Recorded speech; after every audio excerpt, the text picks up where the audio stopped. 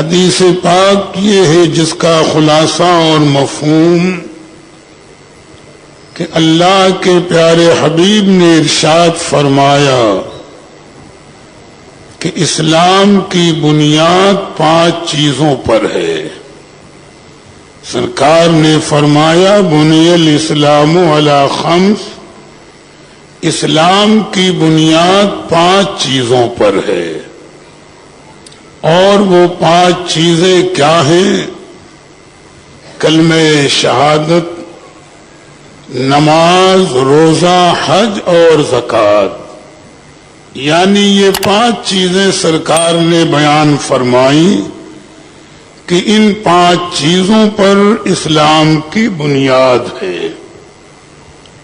تو سب سے پہلے کلمہ شہادت، کلمہ طیبہ سے متعلق آج تھوڑی دیر میری گفتگو ذہن میں رکھیں، اور اسی موضوع پر چند باتیں میں کل بھی عرض کروں گا۔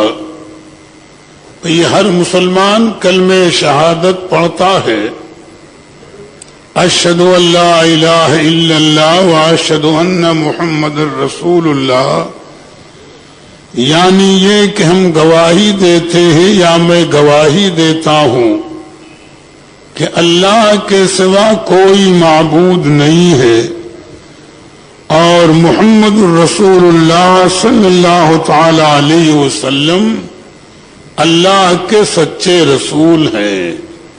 یہ آسان لفظوں میں کلمہ طیبہ کا مفہوم یہی ہے۔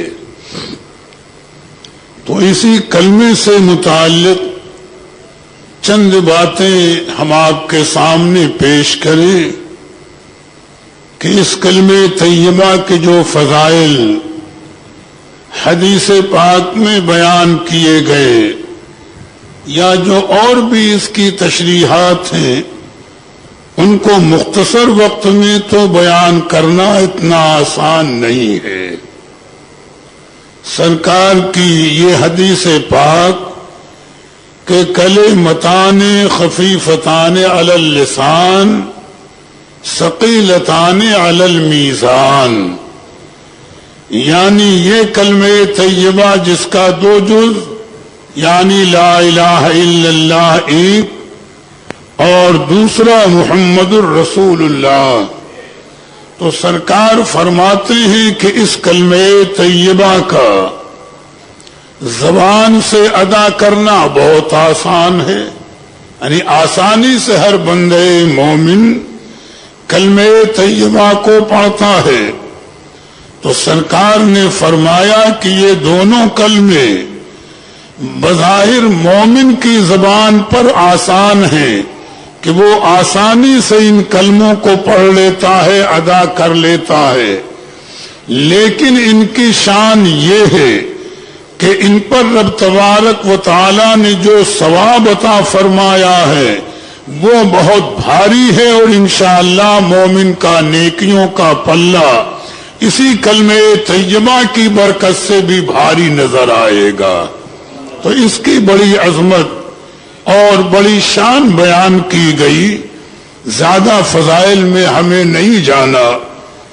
دیکھیں اس کلمہ طیبہ کی ایک شان تو یہ کہ اگر کوئی غیر مسلم ہے اور وہ مسلمان ہونا چاہے تو اسے نماز پڑھا کر مسلمان نہیں بنایا جاتا کہ نماز پڑھ لو مسلمان ہو جاؤ، روزہ رکھ لو مسلمان ہو جاؤ، زکوٰۃ دے دو مسلمان ہو جاؤ، حج کر لو مسلمان ہو جاؤ۔ یہ اعمال ہے، سب سے پہلے اسے یہی کلمہ طیبہ پڑھایا جاتا ہے، یعنی جب وہ اس کلمے کو پڑھتا ہے جو فرمایا گیا کہ اقرار باللسان و تصدیق بالقلب، یعنی اس کلمہ طیبہ کا زبان سے اقرار کرنا اور دل سے اس کی تصدیق کرنا، یہ ہے ایمان۔ اور جب تک زبان سے اقرار نہ کرے، دل سے تصدیق نہ کرے، اس وقت تک وہ آدمی مومن نہیں ہو سکتا۔ یہ مسئلہ اپنے ذہن میں رہے۔ یہیں پر ایک چیز سمجھانے کی ہے ایمان کی اہمیت سے متعلق. ضمناً بات آ گئی آج تو یہ فتنوں کا دور ہے اور گمراہیاں ہر طرف. ایمان کی شان یہ ہے اگر کوئی غیر مسلم یہ کہے کہ جی چاہتا ہے میں مسلمان ہو جاؤں، ایمان کی نزاکت اور عظمت کو سمجھیں مسئلے کی روشنی میں. اگر کوئی غیر مسلم کہتا ہے کہ اسلام اچھا مذہب ہے، طبیعت چاہتی ہے کہ مسلمان ہو جاؤں، تو اتنا کہنے سے وہ مسلمان نہیں ہوگا جب تک کہ اس کلمہ طیبہ کا زبان سے اقرار نہ کرے اور دل سے اس کی تصدیق نہ کرے. یہ مسئلہ ذہن میں رکھنے کے بعد اب دوسری چیز سمجھانے کی ہے کہ آج کا دور وہ ہے بہت سے جاہل مسلمان کبھی کسی کافر و مشرک کی تعریف شروع کر دیتے ہیں کہ یہ بڑے اچھے لوگ ہیں، ان کا معاملہ یہ ہے. بہت سے لوگ وہابیوں دیوبندیوں کی تعریف کہ صاحب بڑی عبادت کرتے ہیں، ہم سے یہ اچھے ہیں. اللہ جانے کیسی کیسی باتیں زبان سے. تو دیکھو یہاں پر نازک مسئلہ یہ ہے کہ اگر کوئی مومن صرف اتنا ہی کہہ دے کہ جی چاہتا ہے کہ میں کافر ہو جاؤں تو کافر ہو گیا، چاہے اس نے بت کو سجدہ نہ کیا ہو، چاہے اس نے کوئی کلمہ کفر زبان سے نہ کہا ہو. اگر صرف اتنا ہی کوئی مسلمان کہہ دے کہ جی چاہتا ہے کہ کافر ہو جاؤں یا کفر اچھی چیز ہے، تو فرمایا گیا الرضا بالکفر کفرن، کفر کو اچھا جاننا بھی کافر ہو جانا ہے. لیکن ایمان کے لیے شرط ہے کہ اگر غیر مسلم یہ کہتا رہے کہ ایمان اچھی چیز ہے، جی چاہتا ہے مسلمان ہو جاؤں، تو جی چاہنے سے مسئلہ حل نہیں ہوگا جب تک زبان سے اقرار نہ کرے اور دل سے تصدیق نہ کرے. لیکن خدا نخواستہ اگر کوئی کہتا ہے کہ میں وہابی ہو جاؤں گا، میاں ایمان رخصت ہو گیا. چاہے اس نے ظاہر میں کچھ نہ، چونکہ اس نے وہابیت کو پسند کر لیا، اس نے اس گمراہی کو پسند کر لیا، اس نے ان عقیدوں کو پسند کیا جو اللہ و رسول کی شان میں گستاخی ہے. پسند کرنا ہی اس کے گمراہ ہونے اور بے ایمان ہو جانے کی دلیل ہو جائے گا. لہذا ایمان کی نزاکت کو پہچاننا، ایمان کی عظمت کو پہچاننا. کلمہ پڑھنا آسان ہے لیکن کلمے کے تقاضوں کو پورا کرنا اور اس پر ثابت رہنا یہ اتنا آسان کام نہیں ہے. اللہ تعالی ہر مومن کو ایمان پر استقامت نصیب فرمائے، ایمان پر ثابت قدمی عطا فرمائے، وہ شعور عطا فرمائے ہر مومن کو کہ جو ایمان کے تقاضے ہیں اور جو کلمہ طیبہ کے تقاضے ہیں ہر مومن ہر حال میں ان کا پابند رہے.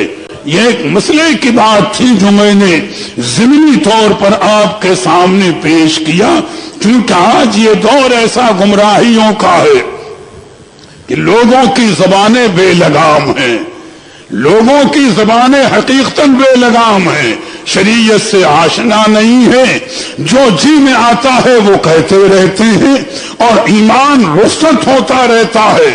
یہیں پر اکثر میں نے کبھی حدیث پاک عرض کی ہوگی، پھر مسئلہ ذہن میں رکھ لیں کہ درۃ الناصحین شریف کے اندر ایک حدیث پاک نقل کی ہے صاحب درۃ الناصحین نے کہ اللہ کے پیارے حبیب نے ارشاد فرمایا کہ ایک دور وہ آئے گا میری امت پر کہ ان پر 3 بلائیں نازل ہوں گی.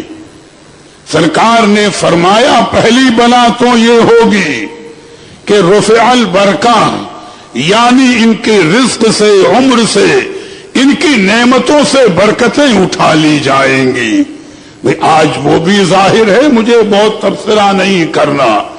پھر فرمایا میرے آقا نے کہ ان پر ظالم حاکموں کو مسلط کیا جائے گا، ان میرے امتیوں پر جو ان کے جان کو، ان کی مال کو، ان کی آبرو کو برباد کریں گے.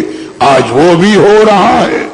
اور فرمایا سرکار نے سب سے بڑی خطرناک بلا یہ ہوگی کہ یخرجون من الدنیا بغیر ایمان، یعنی ظاہر میں ان کی شکلیں، ان کا لباس، ان کی صورتیں مسلمانوں کی ہوں گی، لیکن عالم یہ ہوگا بہتوں کا کہ جو بظاہر مسلمان نظر آئیں گے لیکن وہ کافر ہو کر مر رہے ہوں گے۔ یہ سب سے خطرناک بلا ہے۔ تو سرکار نے فرمایا یہ کیوں ہوگا؟ یہ اس لیے کہ میرے امتی علماء سے دور ہوں گے، ان کے قریب بیٹھنے میں انہیں تکلف ہوگا، علماء سے وہ نفرت کریں گے، اور جب علماء کے قریب نہ ہوں گے تو شریعت سے ناآشنا ہوں گے، جو چاہیں گے وہ کرتے رہیں گے۔ اب اسی یخرجون من الدنیا بغیر ایمان جو میرے آقا نے فرمایا ایک اصلاحی پہلو ہے، چونکہ یہ محفلیں اس لیے ہیں کہ ہم آئیں تو اپنے دامن میں کچھ لے کر جائیں، اپنی اصلاح کے لیے، اپنی عافیت کے لیے، اپنی بھلائی کے لیے۔ مثال کے طور پر میں نے تقریروں میں ذکر بھی کیا ہوگا کہ آج اگر کسی کے لڑکے کا انتقال ہو گیا، باپ کا انتقال ہو گیا، بھائی کا انتقال ہوا، تو بہت سے لوگ بے باکی سے کہہ دیتے ہیں کہ اللہ تعالیٰ کو بھی رحم نہیں آیا۔ بظاہر تو دنیا سمجھتی ہے کہ بیچارہ غم کما رہا ہے، باپ کا صدمہ ہے، بیٹے کا صدمہ ہے، بھائی کا صدمہ ہے، لیکن یہ جملہ کہنے والا کہ اللہ کو بھی رحم نہیں آیا کافر ہو گیا۔ کیوں؟ جب رحم نہیں آیا اللہ کو تو اللہ نے ظلم کیا، اور اللہ کو ظالم کہنے والا مومن نہیں کافر ہو گیا۔ تو بظاہر وہ دنیا میں کتنے برس زندہ رہے، نمازیں بھی پڑھے، روزے بھی رکھے، حج بھی کرے، جب تک اپنے اس کفر سے توبہ نہیں کرے گا، چاہے ہزاروں برس کا نمازی ہوگا، مرے گا کافر ہو کر مرے گا۔ سرکار کا اشارہ اس جانب ہے کہ لوگ شریعت سے ناآشنا ہوں گے، زبان پر انہیں قابو نہ ہوگا کہ اپنی زبانوں سے وہ کون سا جملہ نکال رہے ہیں، کون سا کلمہ نکال رہے ہیں کہ جس سے ان کے ایمان میں حرف آ رہا ہے، ایمان میں فرق آ رہا ہے۔ کم از کم جب علماء کے قریب بیٹھیں گے، علماء سے کچھ باتیں سیکھیں گے تو انشاءاللہ بہت کچھ آپ کو اپنی زبان پر قابو ہوگا، اپنے دل پر قابو ہوگا، خیالات پر قابو آپ کو رہے گا۔ اسی لیے علماء کی صحبت کو غنیمت جانو، مگر شرط ہے کہ علماء اہل سنت کی صحبت کو اور ایسے عالم کی صحبت کو اختیار کرو کہ جو تمہاری دولت اور رشتے کی رعایت نہ کرے، مسئلے حق کے بیان کرنے میں اسے کوئی گریز نہ ہو۔ وہ عالم جس کی نظر تمہاری دولت پر ہو، تمہاری قوت پر ہو، سرمایہ پر ہو، وہ تمہارے لیے مخلص نہیں ہے، اللہ جانے تمہیں کہاں جہنم میں پہنچا دے۔ صحبت اس کی اختیار کرو جو شریعت کے مسئلے میں پکڑ کرنے میں سخت ہو کہ وہ کسی چیز کی رعایت نہ کرے۔ سخت گیر علماء کی بات پر بات ضمن آ گئی ہے، اصلاحی طور پر اکثر ہمارے آقائے نعمت سرکار مجاہد ملت رضی اللہ تعالی عنہ اس واقعے کو بیان فرماتے تھے۔ آپ بھی سنیں، ہماری ماں بہنیں بھی اگر سن رہی ہیں، حضرت مولانا عبد السبحان صاحب رحمت اللہ تعالی علیہ اپنے وقت کے زبردست ولی کامل قطب وقت تھے، جنہوں نے الہ آباد کا مشہور مدرسہ سبحانیہ قائم فرمایا۔ وہ تاریخ مجھے بتانا نہیں ہے، قدیم مدرسہ ہے، بڑے بڑے علماء نے، بلکہ ہمارے حضرت نے بھی اس میں ابتدائی دور میں تعلیم حاصل کی ہے۔ ایسے زبردست عالم دیکھو، حرف اسے کہتے ہیں گرفت کرنا، یہ گرفت بھلائی کے لیے ہے، برائی کے لیے نہیں ہے۔ حضرت مولانا عبد السبحان صاحب رحمت اللہ تعالی علیہ بیٹھے ہوئے کھانا تناول فرما رہے ہیں، بیوی صاحبہ بھی قریب میں بیٹھی ہیں۔ بھئی آج سے سینکڑوں سال پہلے بجلی اجلی کا معاملہ اتنا کہاں، پنکھے سے آپ مکھیاں جل رہی ہیں۔ اب مکھیوں کی عادت ضدی ہوتی ہے، اڑاؤ پھرا کر بیٹھ جاتی ہیں، تو چند مرتبہ انہوں نے پنکھے سے مکھیوں کو اڑایا، لیکن جب مکھیاں بھی اپنی ضد پر رہی، بی بی صاحبہ کو خیال نہیں رہا بے خیالی میں ایک جملہ نکل گیا بتقاضائے بشری کہ اللہ تعالیٰ نے مکھیوں کو کیوں پیدا فرمایا. آج بہت سے لوگ ہیں کہتے ہیں اللہ نے مچھر کو کیوں پیدا کیا، فلاں کو کیوں پیدا کیا، اس کو کیوں پیدا کیا. بھئی رب کی قدرت ہے، وہ قادر مطلق ہے، تم اعتراض کرنے والے کون ہو؟ بس بیوی صاحبہ کی زبان سے اتنا جملہ ادا ہونا تھا کہ جو لقمہ حضرت مولانا عبد السبحان صاحب رحمت اللہ تعالی علیہ کے ہاتھ میں تھا، برتن میں رکھ دیا اور اپنے کرتے کے دامن سے اپنا چہرہ ڈھانپ لیا اور بیوی صاحبہ سے فرمایا کہ پردے میں چلی جاؤ، اس لیے کہ تم نے قدرت الہی پر اعتراض کیا کہ اللہ نے مکھیوں کو کیوں پیدا فرمایا. ایک باعمل عالم کی احتیاط کی منزل دیکھیں، جو صاحب علم صاحب معرفت ہے اپنے وقت کے خطب وقت، احتیاط کی منزل. فرمایا پردے میں چلی جاؤ، تم نے رب کی قدرت پر اعتراض کیا، تمہارا ایمان ختم ہو گیا، اور جب ایمان ختم ہو گیا تو تم میرے نکاح سے بھی باہر ہو گئی، اب تم میرے لیے اجنبی عورت ہو، اب تمہیں مجھ سے پردہ کرنا ضروری ہے. اللہ احتیاط کا عالم، سوچتے چلو غور کرو. بیوہ چند ذمہ دار لوگوں کو بلایا، کرائی، کلمہ پڑھایا اور نئے مہر پر جب آپ نے نکاح فرما لیا تب اجازت دی کہ اب تم میرے سامنے آ سکتی ہو، اور آئندہ احتیاط رہے کہ رب کے قدرت پر کبھی اعتراض نہ ہو. میں نے واقعہ بتایا، مسئلہ بتا دیا. ہر آدمی اپنے ماحول میں جائزہ لے کہ آج بے خیالی میں نہ جانی کیسے کیسے جملے، کیسی کیسی باتیں لوگ زبانوں سے ادا کر دیتے ہیں. اللہ تبارک و تعالی شریعت مطہرہ پر عمل کرنے کی توفیق عطا فرمائے، ہمارے ایمان کی حفاظت اور ہمارے ایمان پر ہمیں استقامت نصیب فرمائے.